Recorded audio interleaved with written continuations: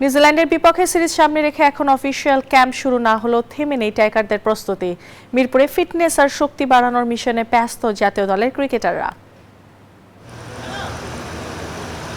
17 April থেকে নিউজিল্যান্ডের বিপক্ষে টাইগারদের 3 ওয়ানডে ও 3 টি-20 সিরিজ।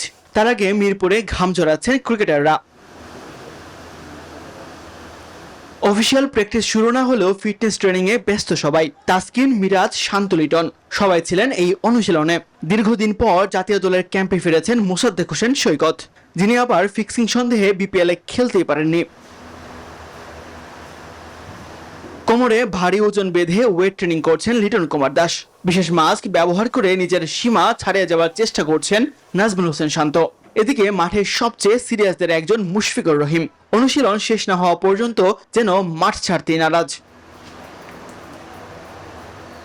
তবে একদিকে যখন চলছে ক্রিকেটারদের ঘাম ঝরানোর প্রস্তুতি, অন্যদিকে প্রশ্ন তুলছে অবকাঠামো। একাডেমি মাঠে 4 কোটি টাকা ব্যয়ে তৈরি গ্রিন হাউস প্রকল্পটি এখন খুলে ফেলা হচ্ছে।